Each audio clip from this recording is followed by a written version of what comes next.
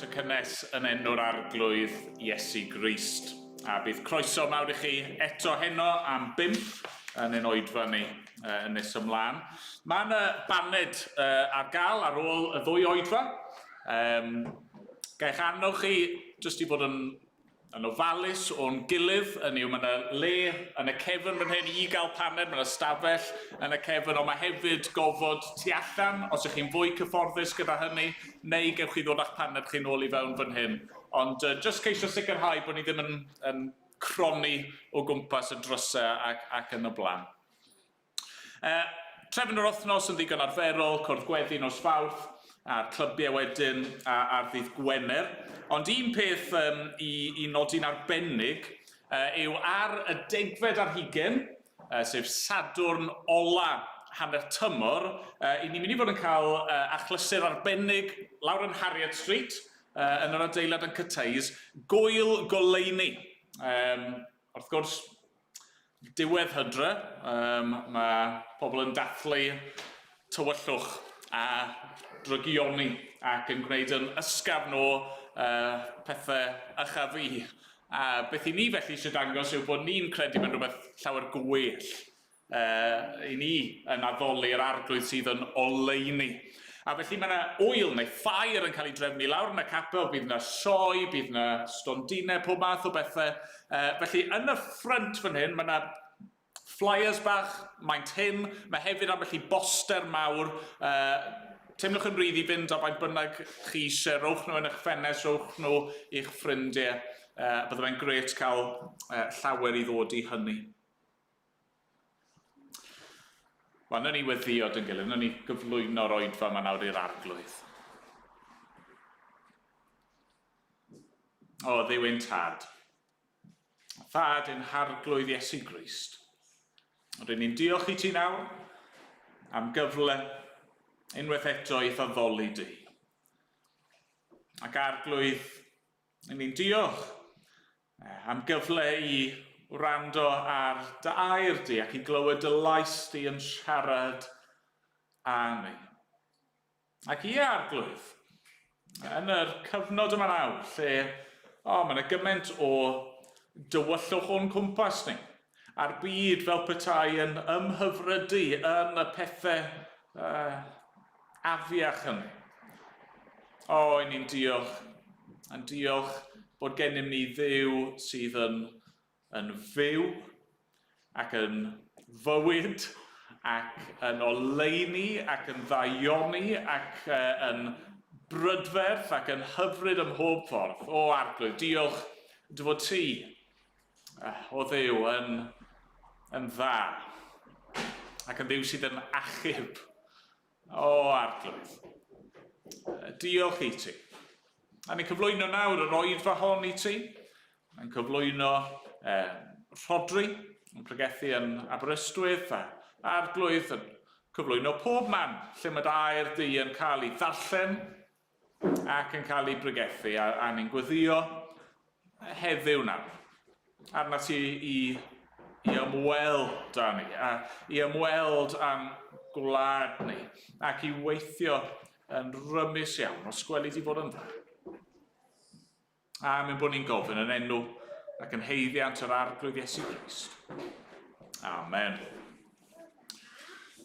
Amen. Ni'n mynd i ganu rhif 9 yng Nghrymawd 2. Distewch. Cans mae presenoldeb Crist, y sanctaidd i, gerllaw. Dewch, plygwch ger ei fron mewn dofn barchedig fraw. Di bechod yw efe. Lle saif mae'n sanctaidd le, distewch. Cans mae presenoldeb Crist, y sanctaidd i, gerllaw. Mae gyda'ch chi sefyll i ganu, ond os newch chi gadw'ch masgiau chi ymlaen trwy gydol yr oedfa, os gwelwch yn dda.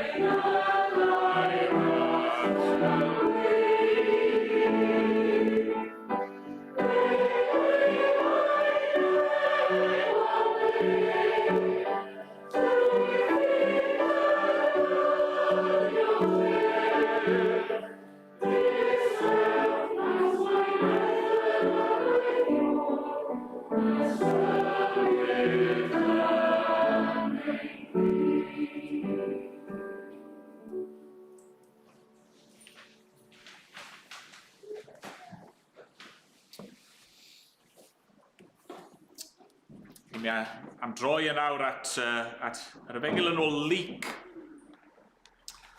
a pennod 13. Dod at ddameg arall efo'n gilydd y bore yma. Alla bod e jyst yn werth I fi'n atgoffa ni. Efo'r damhegion yma, byddai'n neud y pwynt yma sawl gwaith yn ystod y gyfres. Mae damhegion maen nhw'n gweithio mewn ffordd chydig bach yn wahanol I beth byddwn ni'n galw'n allegory. Efo allegory, hynny yw stori sydd yn llawn symbolau I gyfleu rhyw wirionedd, efo allegory mae yna lot o gyfatebion. Hynny yw, chi'n gallu mynd yn reit fanwl i'r manylion, a mae hwn yn golygu hyn, mae hwn yn golygu'r llall ac yn y blaen. Mae damhegion, mae werth I ni gofio hyn, dyn nhw ddim cweit yn gweithio yn yr un ffordd, mae damhegion yn fwy cyffredinol. Pwrpas dameg yw I gyflwyno un neges sylfaenol. A felly weithiau, mae eisiau ni jyst bod yn ofalus bod ni ddim yn gwthio rai o'r manylion bach yn rhy bell. Byddai'n sôn eto am hynny nes ymlaen. Ond am nawr, Luc 13 ac adnodau 1 I 9. 1 I 9. Dyma air ein Duw ni. Yr un adeg, daeth rywrai a mynegu I Iesu am y Galileaid y cymysgodd Peilat ei gwaed a'i hebyrth. Hynny yw, gafodd ei lladd gan filwyr Peilat tra bod nhw'n cyflwyno ebyrth yn y deml. Dyna mae hwnna'n golygu. Atebodd hwy, a ydych chi'n tybio fod y rhain yn waith pechaduriaid na'r holl Galileaid eraill am iddyn ddioddef hyn? Nac oeddent, meddaf wrthych. Eto, os nad edifarhewch, fe dderfydd amdanoch oll yn yr un modd. Neu'r deunaw hynny, y syrthiodd y tŵr arnynt yn sylw am ei lladd. A ydych chi'n tybio fod rhain yn waith troseddwyr na holl drigolion eraill Jerusalem? Nac oeddent, meddwl wrthych. Eto, os nad Oedfa'r hewch, fe dderfydd amdanoch oll yn yr un modd. A droddodd y ddameg hon. Roedd gan rhywun ffigisbren wedi ei blannu yn ei wynllan. Daeth i chwilio am ffrwyth arno, ac ni chafodd ddim. Ac meddai wrth y gwynllanydd, ers 3 blynedd bellach roedd wedi bod yn dod i geisio ffrwyth ar y ffigisbren hwn, a heb gael dim. Am hynny, torri fi lawr. Pam y caiff dynnu maith o'r pridd? Ond atebodd ef, Meistr, gad iddo eleni eto, i mi balu o'i gwmpas a'i wrteithio. Ac os daw â ffrwyth y flwyddyn nesaf, popeth yn iawn. Onid e? Cei, ei dorri i lawr. Dyma'r yn diwni. Nawr blant, o'n i'n dweud fyna bod damhegion Iesu yn trio dysgu un gwers bwysig. A'r wers bwysig i ni'n mynd i fod yn meddwl amdano fe bore yma, a mae'n air pwysig ni'n mynd i glywed amdano fe bore yma, y gair pwysig bore yma yw amynedd. Amynedd. Nawr te, fi'n gofyn hwn yn aml, ond pwy sy'n gallu dweud wrtho fi, be ma amynedd yn golygu? Un llaw lan yn syth, gwych.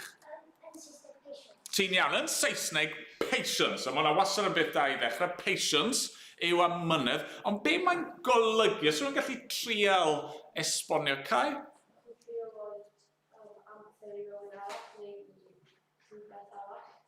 Ardderchog. Rhoi amser i rywun i wneud rhywbeth. Ie? Amynedd yw aros.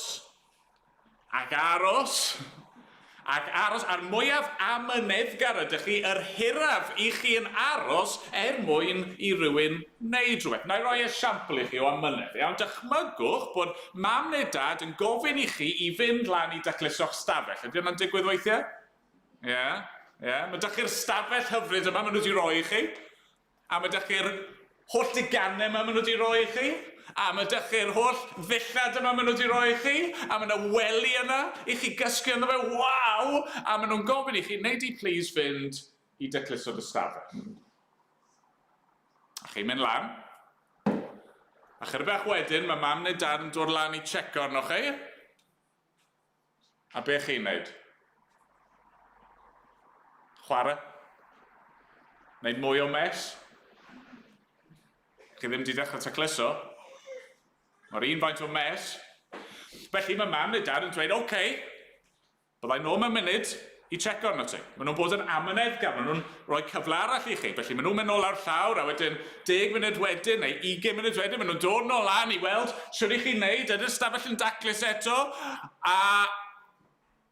Na. Chi wedi bod yn estynnu fel hyn, ac yn canu, ac yn darllen stori, ac yn gwneud popeth arall heblaw am tacluso'r stafell. Felly mae mam neu dad yn mynd nôl ar llawr ac yn dweud byddai nôl i checo arno ti mewn munud, come on nawr, mae'n amser tacluso. Maen nhw'n amyneddgar, maen nhw'n aros, maen nhw'n rhoi amser a cyfle i chi i wneud beth chi fod i wneud. A wedyn maen nhw'n dod nôl lan eto, a chi dal ddim di tacluso. Nawr, mae yna bwynt yn does, ni'n gwybod, mae yna pwynt lle bydd hyd yn oed y mam neu'r tad mwyaf amyneddgar yn dweud, reit, ti wedi cael dy gyfle, ti wedi cael amser, fi wedi bod yn amyneddgar, ond nawr ti'n mynd i golli allan o rhywbeth. Mae Duw, trwy'r ddameg yma, yn dweud wrthon ni bod yn amyneddgar, bod e'n aros, mae'n rhoi cyfle i ni i wrando a troi ato fe. Ond mae'r amynedd yna, mae'r amser yna, un dydd yn mynd i ddod i ben, okay? A dyna y peth pwysig ni'n mynd i ddysgu bore yma, yw bod angen i ni i wrando a dod at Dduw a credu yn Iesu Grist tra bod amser gyda ni, okay? A felly fe eisiau chi wrando nawr, nes ymlaen pan ni'n dod i'r bregaeth, gwrando ar ddameg Iesu Grist. Wel, ni'n mynd i ganu nawr o'r llyfr Emynau. Ni'n mynd i ganu rhif 547.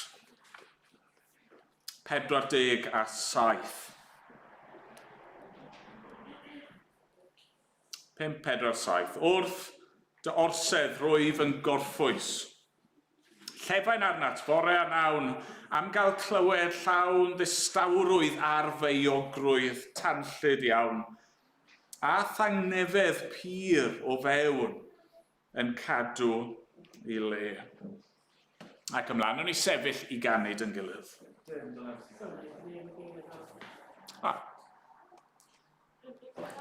Beth? 547. Ie.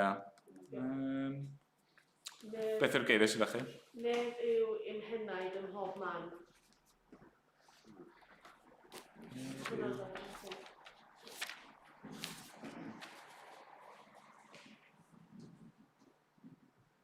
Pedwar naw dau o hwnna, ond fath o weithio'r tro diwetha, so...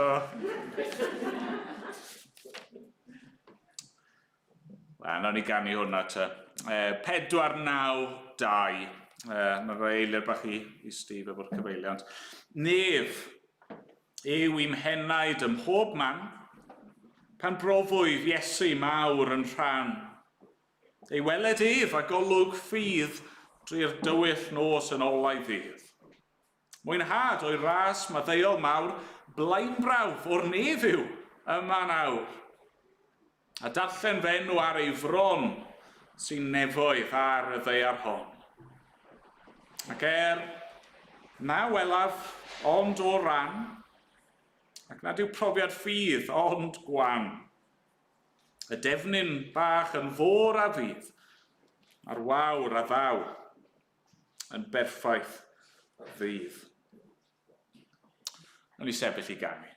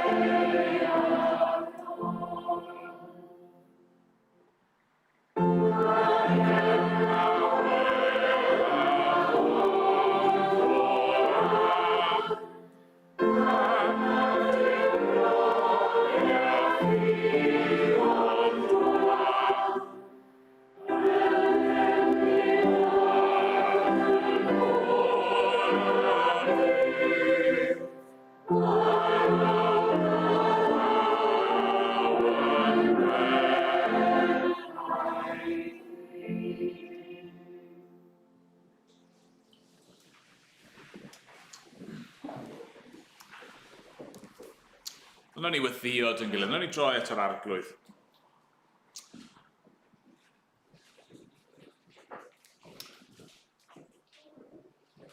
Arglwydd yn Duw, rydyn ni yn cyffesu.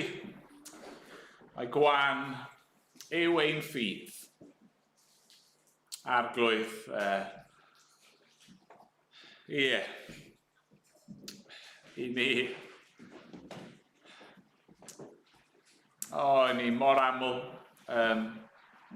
stryglan mewn gymaint o ffyrdd, Arglwydd.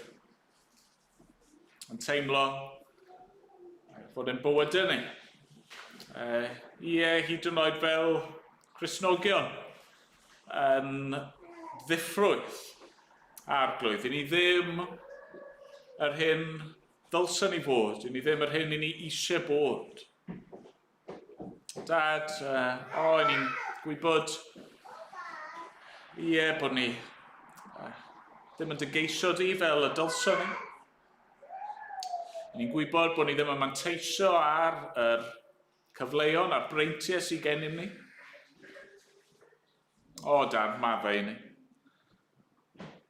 Maddau. Arglwydd, mae mor ffôl.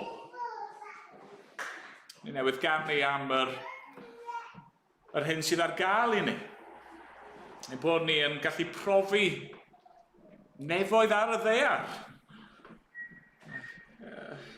Unrhyw bryd i ni'n nesau at y ti.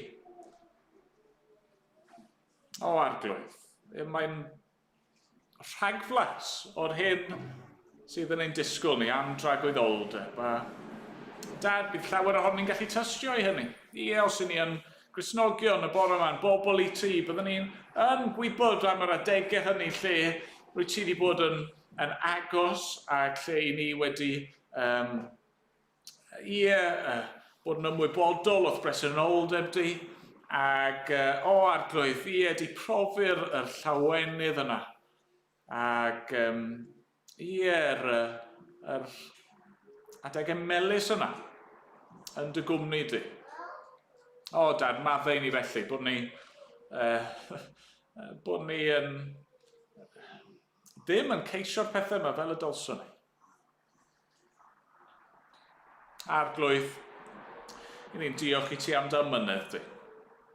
Diolch fod pob un ohono ni. Y bore yma'n gallu tystio i dy ymynedd di. Mae'r ffaith fod y ddaear yma, y ffaith yn bod ni yma,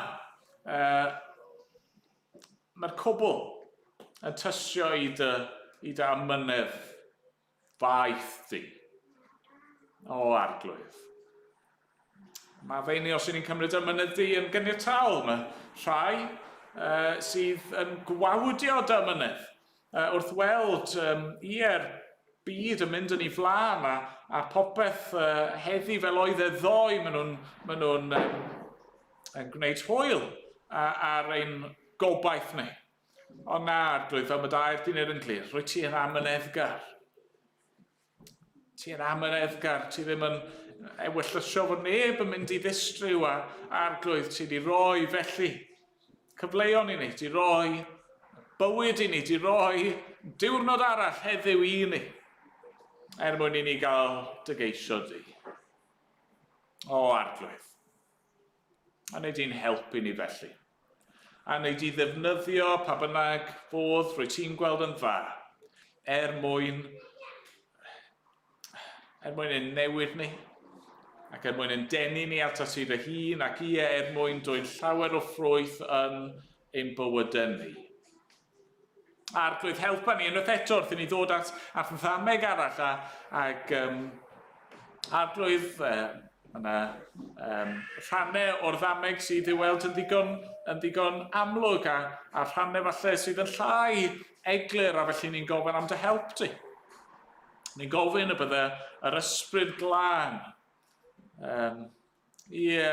ysbryd nath arwain dy bobl i gofnodi y geiriau yma yn yr ysgrythyr. Ni'n gofyn am yr un ysbryd nawr i ddod ac i oleuo ein deall ni, agor ein llyged ni, os gweli ti fod yn dda. Arglwydd, ni'n gwybod bod llawer yn ein plith ni, di blino ar hyn o bryd. dan straen ac ambell un yn sal ac arglwydd. Ni'n gofyn am nerth, ni'n gofyn y byddai'n bywydau ni ym mhob sefyllfa yn amlygu pwy ydyn ni yn yr arglwydd Iesu Grist. Dad, helpa ni fanteisio ar bob cyfle sydd. Dad, ni'n meddwl am pethau fel yr gwyl goleuni yma nawr ac arglwydd y cyfle gwych fydd fyna i gyflwyno ein gobeith ni i eraill. Arglwydd, helpa ni. I ni yn wan ein ffydd. I ni yn mor oer yn aml iawn. I ni mor swyl. Helpa ni. Os gweli di fod yn dda. Dad, bydd gyda ni nawr. Ni wedi canu eisoes fod dy bresenoldeb di yma yn ein plith ni. Ni'n gwybod fod hynny yn wir, ond ni'n gofyn nawr am gael profiad o hynny. Os gweli di fod yn dda. A mynd bod ni'n gofyn yn enw gynheiddiant yr arglwydd Iesu Grist. Amen. Amen. Ganon ni o'r atodiad. Mi fi'n ar 10 yn yr atodiad.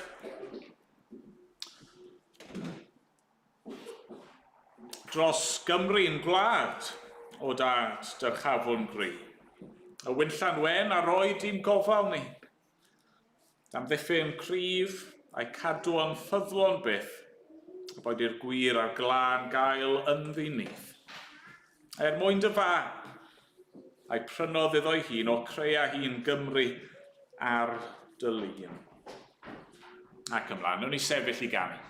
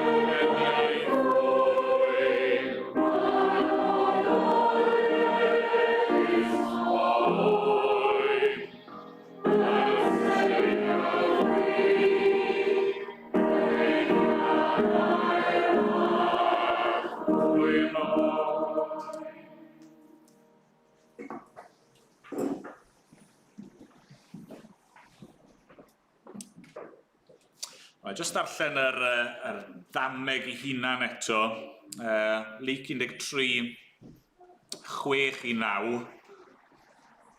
A droddodd y ddameg hon, roedd gan rywun ffigysbren wedi ei blannu yn ei wynllan.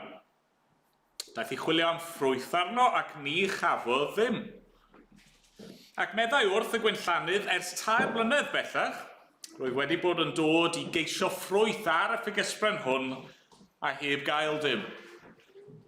Am hynny, torri fi lawr, pam y caiff dyn ni maith o'r pridd. Ond atebodd ef, meistr, gad iddo eleni eto, i mi balu o'i gwmpas a'i wrteithio. Ac os daw a ffrwyth y flwyddyn nesaf, popeth yn iawn. Onid cei ei dorri i lawr. Felly ni'n gweithio'n ffordd yn ara deg trwy ddamhegion yr arglwydd Iesu Grist, a fel wedi esbonio'r blaen, bydd ni ceisio grwpio'r damhegion yn ôl thema. A bore yma, ni'n dod at yr olaf yn y grŵp i fi ni roi at ei gilydd sydd yn ymwneud gyda'n ymateb ni. Ein ymateb ni i air Duw. Ni sydd yn clywed, yn gyson, be mae'r Beibl yn ei ddweud, sydd ni'n ymateb i hynny. A ni wedi clywed bod e'n debyg i adeiladu. Adeiladu ar sylfaen o graig, cadarn, neu ar dywod. A'r cwestiwn yw, sydd ni'n ymateb i air Duw? Lle ni'n adeiladu ein bywyd ni? Nethon ni weld bod e'n debyg i pan mae ffermwr yn hau had. Ydyn ni yn mynd i dderbyn yr had a dwy'n ffrwyth a pasio'r had yn ymlaen i eraill. Ni wedi gweld bod e'n debyg i wledd briodas. Mae brenin yn trefnu ar gyfer ei fab. Ydyn ni'n mynd i dderbyn y gwahoddiad? Ydyn ni'n mynd i gael ein gwisgo ar wisg briodas yna a mynd i fewn a mwynhau'r wledd? A nawr bore yma, wrth ni edrych ar y ddameg yma, dameg y ffigysbren diffrwydd. Yr hyn sy'n mynd i ddod yn amlwg yw fod ein amser ni i ymateb yn bryn. Mae'r arglwydd yn amyneddgar. Mae yn amyneddgar tu hwnt. Ond mae yna derfyn. Mae yna limit. Mae'r amser ni i ymateb yn gywir. I adeiladu ar y graig. I ddwy'n ffrwyth a rannu'r had yna. I dderbyn y gwahoddiad. Mae'r amser i wneud hynny yn dod i ben. Dwi'n siŵr bod llawer ohonyn ni'n gyfarwydd ar raglen dyledu Countdown. Felly bod rai o'n chi'n hoffi watcho fe dros baned. Pobl yn gorfod trefnu llythrennau i greu geiriau neu trefnu rhifau mwyn ateb rhyw swm. A beth oedd yn drawiadol am Countdown wrth gwrs oedd y timer. A'r cloc fawr yma yn y cefn. Chi'n gwybod, ydych chi? Chi'n cofio'r sŵn. Bong. Mae'n aros dych chi, yn dydi? Y Countdown. Ond nhw'n gwybod bod ei amser nhw'n dod i ben. A bydd rhaid nhw ddangos beth o'n nhw wedi i gynhyrchu efo'r amser oedd gennyn nhw. A'r broblem sydd dyn ni yw ma'n amser ni'n dod i ben, bydd rhaid rhoi cyfrif i'r arglwydd, a ni ddim yn gwybod faint o amser sydd dyn ni. Mae'r arglwydd yn amyneddgar. Mae'n rhyfeddol o amyneddgar. A ni ddim yn gwybod pryd bydd ei amyneddau tuag ato ni. Yn rhedeg allan. Ai, yn y dydd olaf yna, bydd yr arglwydd Iesu'n dychwelyd. Neu heddi. Mae'n holl bwysig felly bod ni'n ymateb yn gywir ac yn ymateb yn gywir heddi. Felly trowch dy fi, trowch at y ddameg, gadewch i ni weld siwd mae'r ddameg yma'n dangos hyn i ni. Rydych chi'n weld beth sy'n gan yr arglwydd i ddangos i ni, ei ddweud wrthyn ni trwy'r stori fach yma. Y peth cyntaf, fi'n credu dylswn bod ni'n taro ni yn y ddameg yma, yw heilioni yr arglwydd. Na'r pwynt cyntaf, heilioni yr arglwydd. Ni'n clywed yn y ddameg am goeden ffigys, a mae'r goeden yma wedi ei blannu mewn gwynllan. Nawr, cyn bod ni'n meddwl be yn union mae hynny'n cyfeirio, neu pwy mae hynny'n cyfeirio ato fe, mae jyst y ddarlun yna yn ei hun yn cyfleu heilioni yn dydy. Be fi'n golygu? Wel, dyw'r goeden ffigys ddim wedi phlannu ei hun, naddo. Na, mae'n berchen i rywun. Mae'n eiddo i rywun. Ni'n clywed fod e'n eiddo i berchen y wynllan. Mae'r ffigysbryn yma wedi cael ei phlannu mewn gwynllan. Mewn tir oedd yn benodol mwyn bod yn ffrwythlon.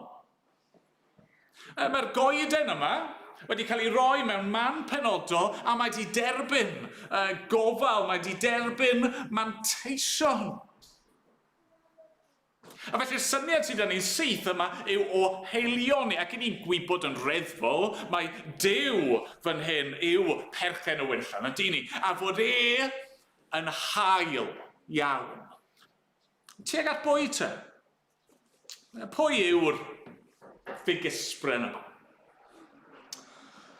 Wel, yn y lle cyntaf, yr ateb ni'n gorfod roi yw'r Iddewon, pobl Israel. Mae'n darlun sydd yn ymddangos mewn sawl man yn y Beibl. Mae Duw yn dweud wrth yr Israeliad, i fi wedi'ch plannu chi. Oedd e wedi achub nhw wrth gwrs o'r Aifft, a wedi cymryd nhw a wedi eu plannu nhw yng ngwlad yr Addewid. Gwlad yn llyfeirio o laeth a mêl. Gwlad da.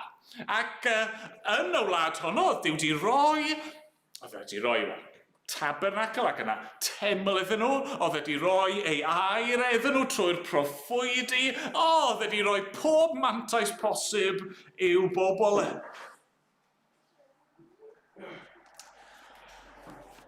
Ond sa'n credu bod ni jyst yn gallu cyfyngu y ddameg yma, y ffigysbryn yma i bobl Israel. Na, gweud y gwir, mae'n siarad am bawb ar ryw lefel yn dydy.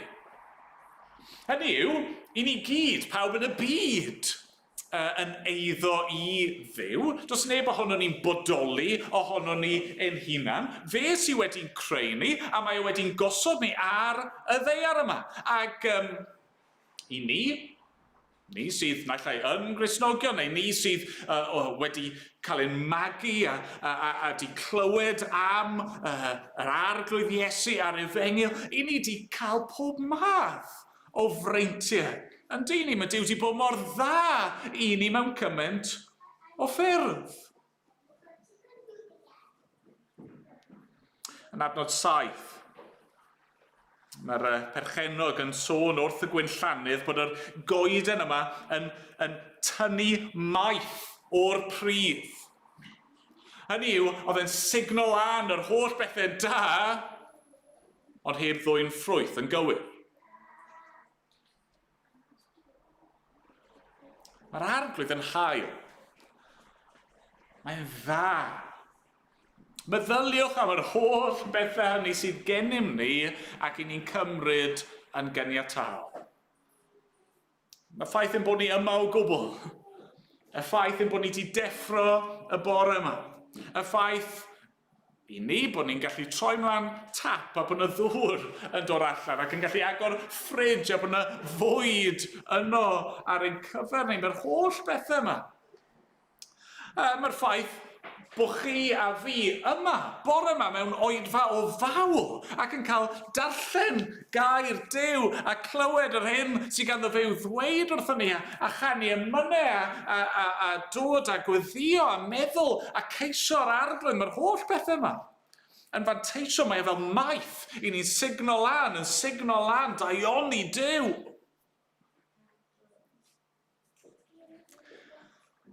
A ni yn gallu anghofio hynny. Gallu cymryd hynny'n gyniataol yn dyn ni. Fel pobl, ni'n aml yn meddwl bod dyn ni rhyw entitlement, rhyw heiddiant. Fy mywyd i yw e, fy mhethau i, fy nheulu i, fy nghartref i, fy arian i. Ond na'r gwir yw, ar ddiwedd y dydd, mae pob peth sydd gennym ni yn dod oddi wrtho fe. Fe yw perchen y wynllan. Fe yw perchen y byd. Y cwbl ydyn ni, os unrhyw beth, yw coeden wedi blannu yn ei brydd yn signal lan ei faith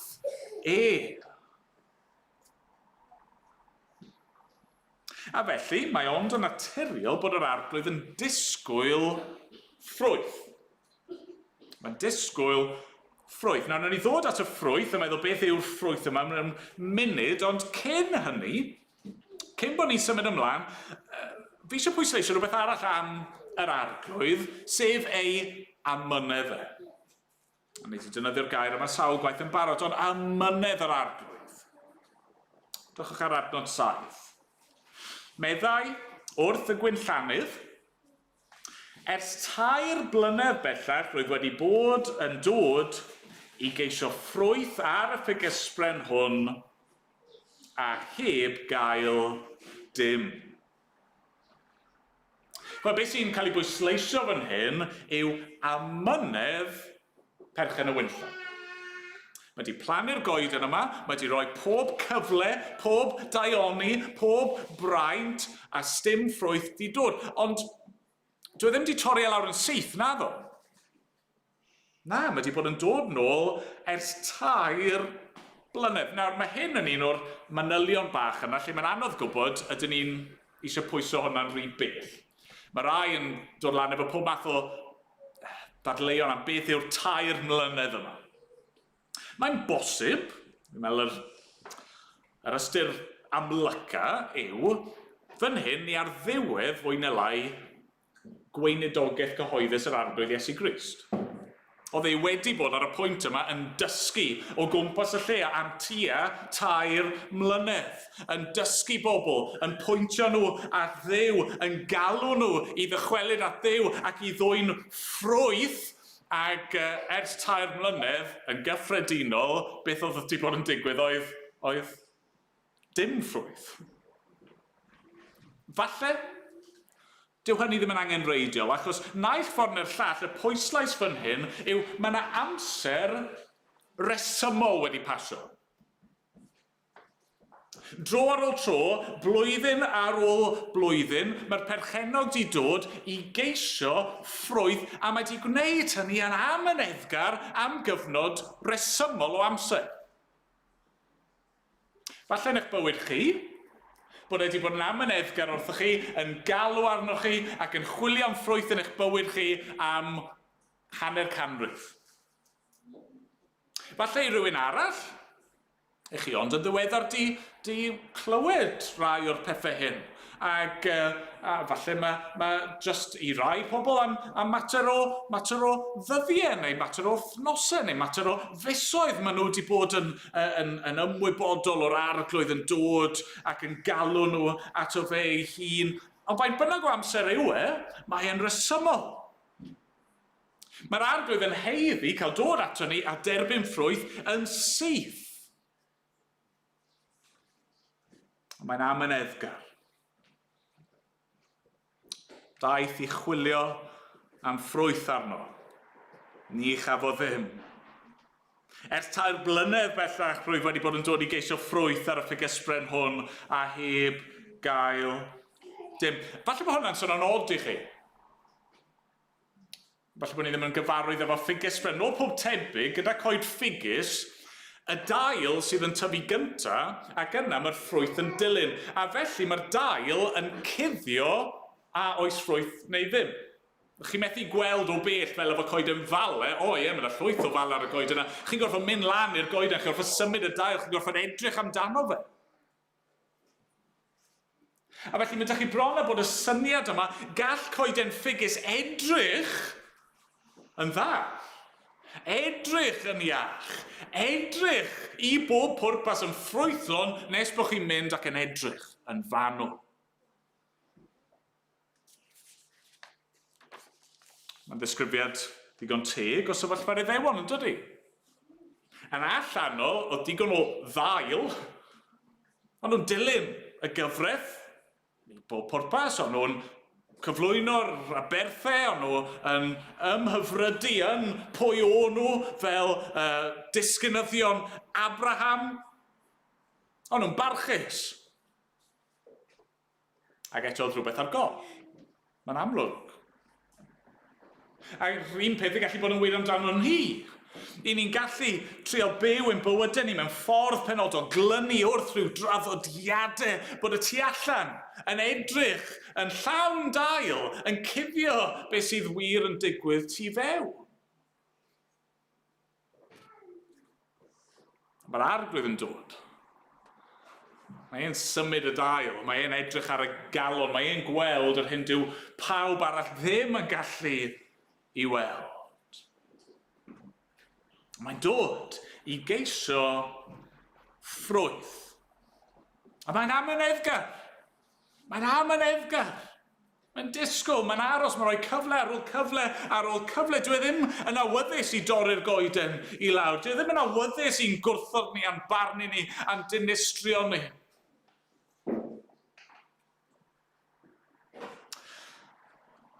Felly, beth sy'n ar goll? Beth sy'n ar goll efo'r goeden yma? Beth yw'r ffrwyth? Fan hyn, ni'n dod at yn trydydd pwynt ni, sef heiddiant yr arglwydd. Hynny, be mae'r arglwydd yn ei heiddi gennym ni? Beth yw'r ffrwyth sy'n cael ei sôn amdano fan hyn? Wel, fan hyn, mae cyd-destun yn bwysig. Mae'n helpu ni. Falle bydde fe'n rwydd i ni, fel yn dameg yr heiwr, ni'n clywed y gair ffrwyth, a ni'n meddwl yn syth am Galatiaid 5, ffrwyth yr ysbryd. Mae yna elfen o hynny yma, ond edrychwch ar beth sydd newydd ddigwydd. Hynny, mae Iesu'n dweud y ddameg yma mewn ymateb i sgwrs mae wedi bod yn cael.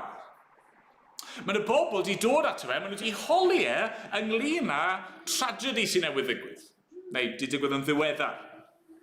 Tragedi lle oedd yna bobl o Galilea wedi dod i addoli ac oedd Pilate, am ryw reswm, a ni'n gwybod oedd e'n ddigon creulon, oedd wedi anfon milwyr a'i lladd nhw, i torri nhw lawr yn y deml fel bod eu gwaed nhw yn cymysgu gyda gwaed yr ebyrth o'n nhw'n cynnig.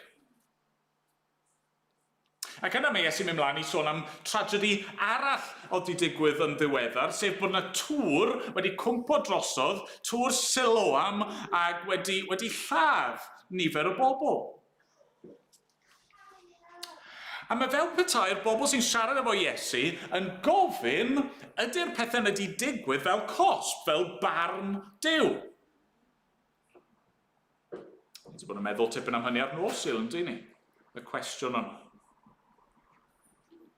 Y pwynt mae Iesu yn ei wneud wrthyn nhw yw hyn.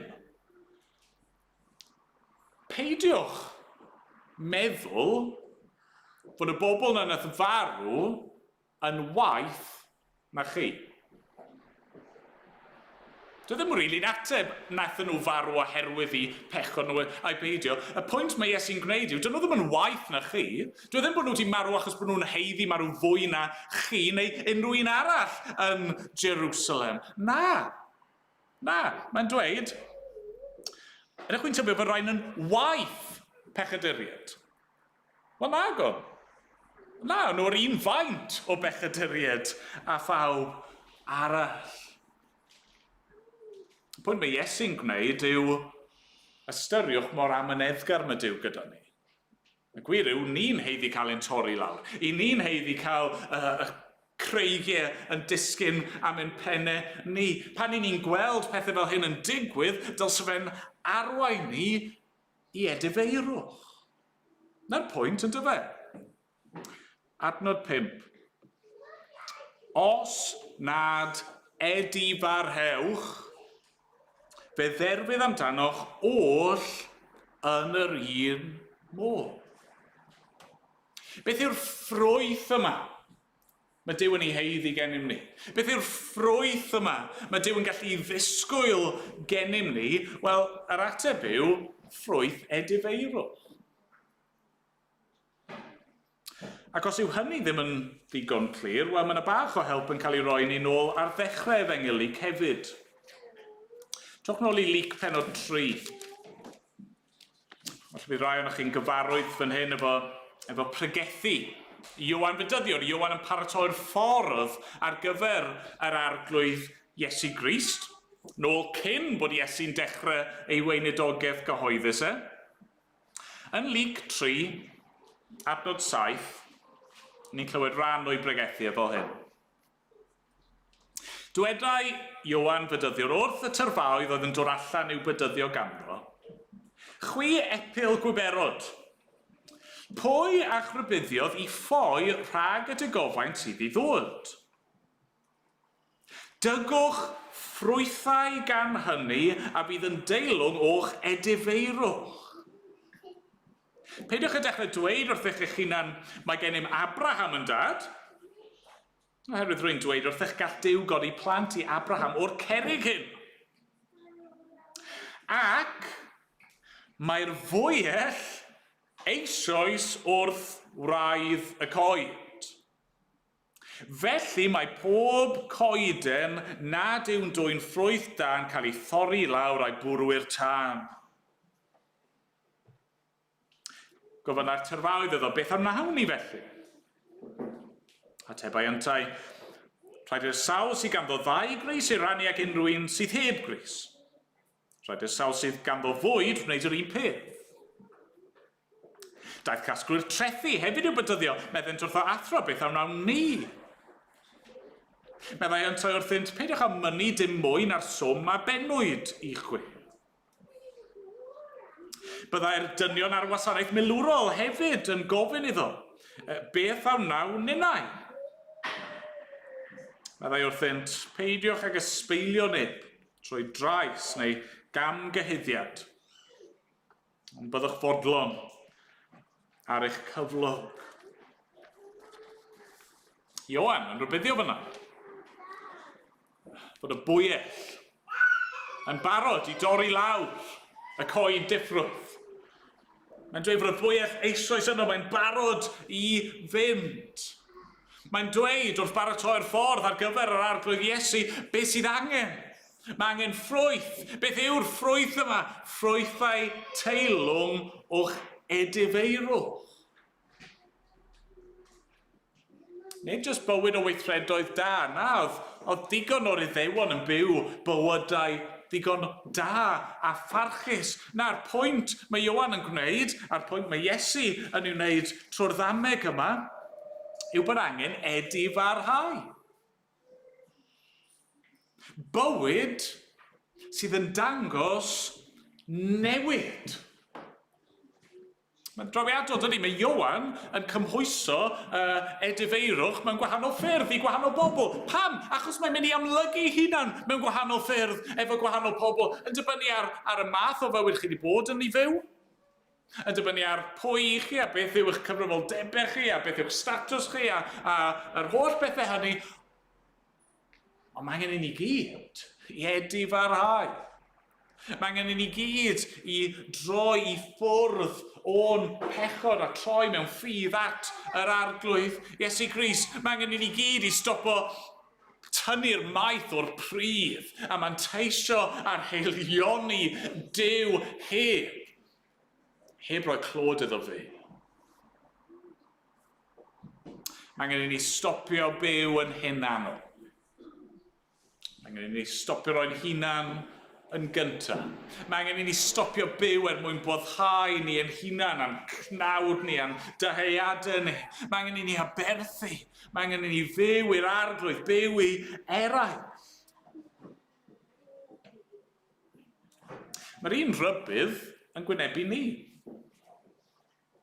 Os ym eisiau chi droi, ond falle bod chi'n cofio yn llyfr y datguddiad. Mae'r arglwydd Iesu, mae'n anfon negeseuon, llythyrau at ei eglwysi.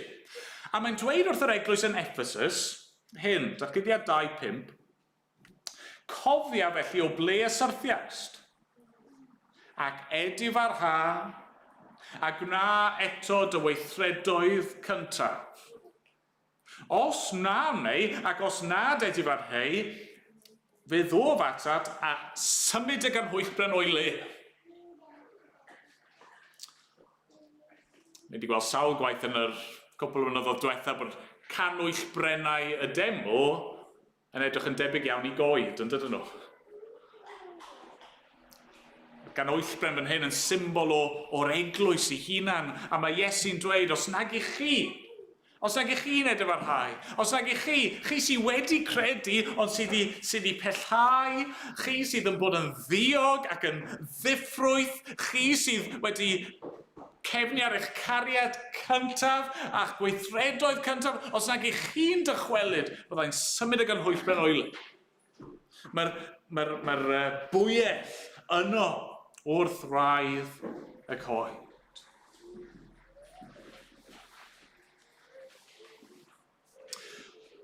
Mae Duw wedi bod mor hael.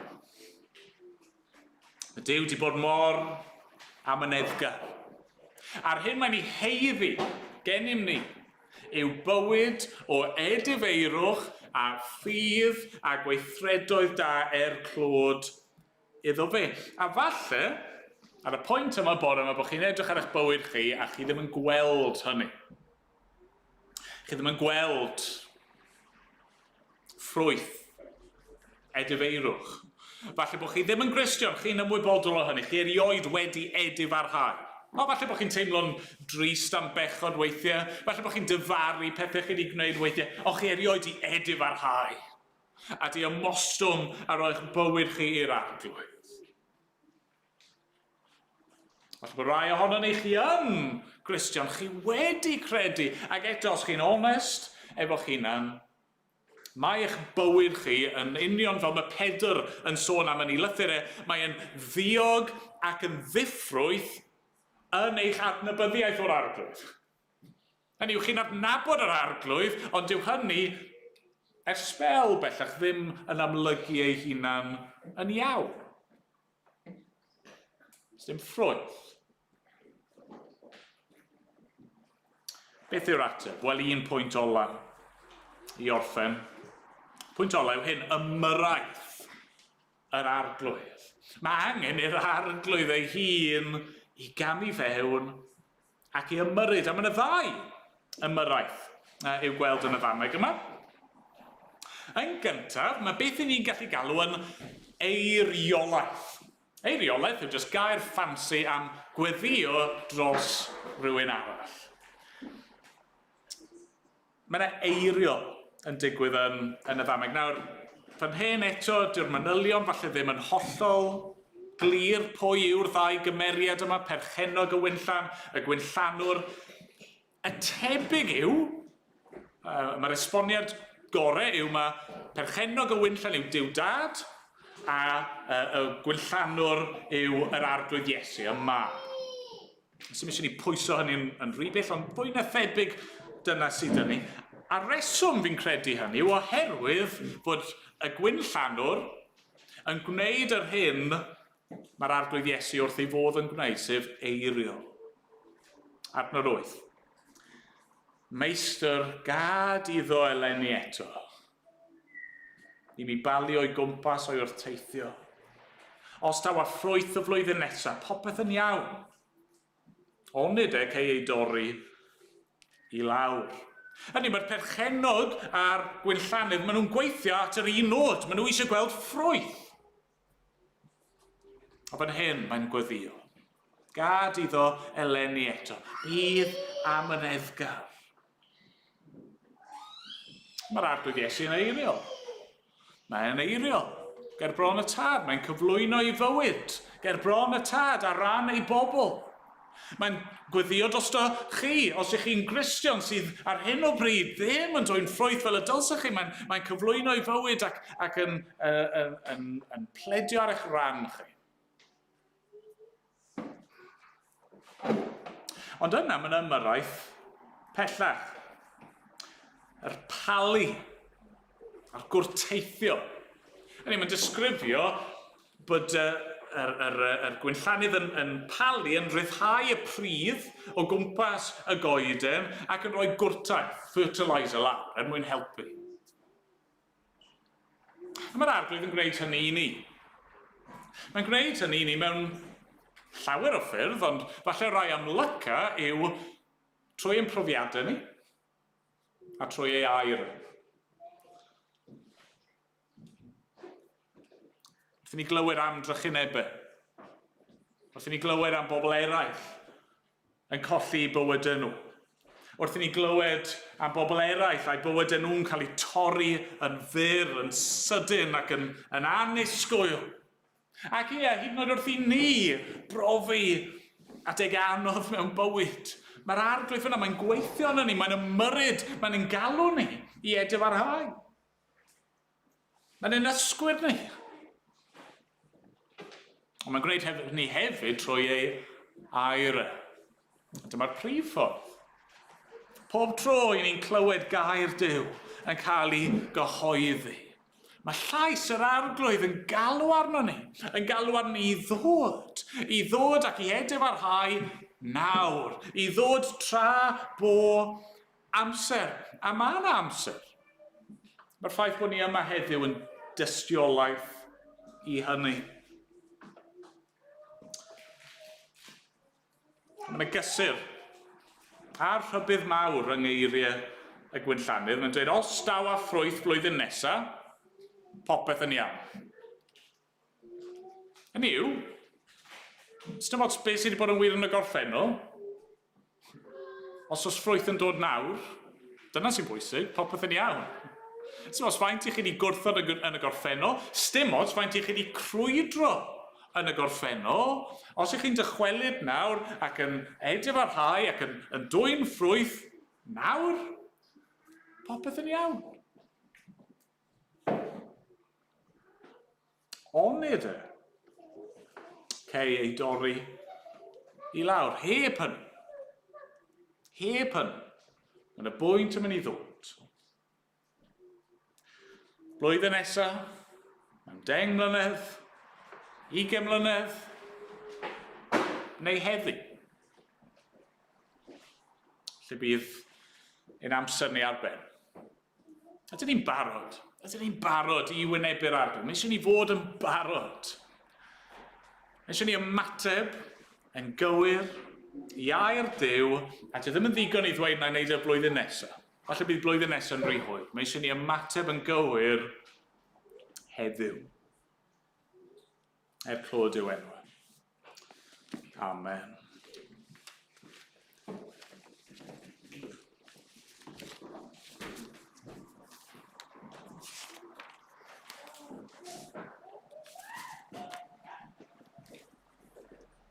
Amen. Ni'n mynd i ganu o'r llyfr y myned yn gilydd. Ni'n ganu rhyw 295. Dewch, hen ac i eang, dewch at Iesu. Mae'n llawn bryd. Rhyfedd a mynedd Duw ddisgwyliodd wrthym cyd. Aeth yn brynhawn, mae'n hwyrhau. Mae drws trigaredd heb ei gau. Dewch, hen wrthgilwyr, trist, at Iesu Grist yn ôl. Mae freichiau nawr ar ledfych derbyn yn ei gôl. Mae Duw yn rhoddi eto'n hael drigaredd i droseddwyr gwael. Mae'n ni sefyll i ganu. Amen.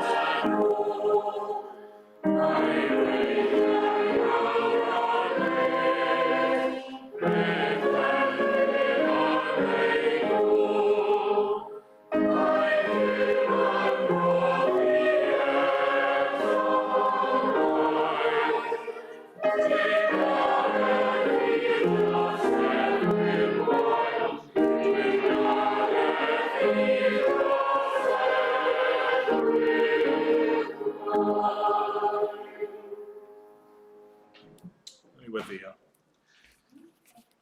O, Dad, i ni diolch i ti felly. Am y mynydd yna, heilioni yna ti wedi dangos i ni. Ac, Dad, ni'n diolch dy fod ti hyd yn oed nawr yn ymyrryd yn bywydau ni.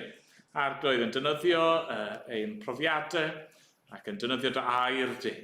Arglwydd mwyn ein galw ni ata ti, ein galw ni nôl ata ti. O, Arglwydd ein Duw, helpa ni felly. Helpa ni ymateb yn gywir tra i fod yn heddiw. Tra fod drws tregaredd yn dal ar agor. Da, derbyn yn mawl ni am diolch, a ni'n gofyn dy fendith ti ar y cymdeithas efo'n gilydd nawr ac ar weddill y dydd hwn. Yn enw'r Arglwydd Iesu. Amen.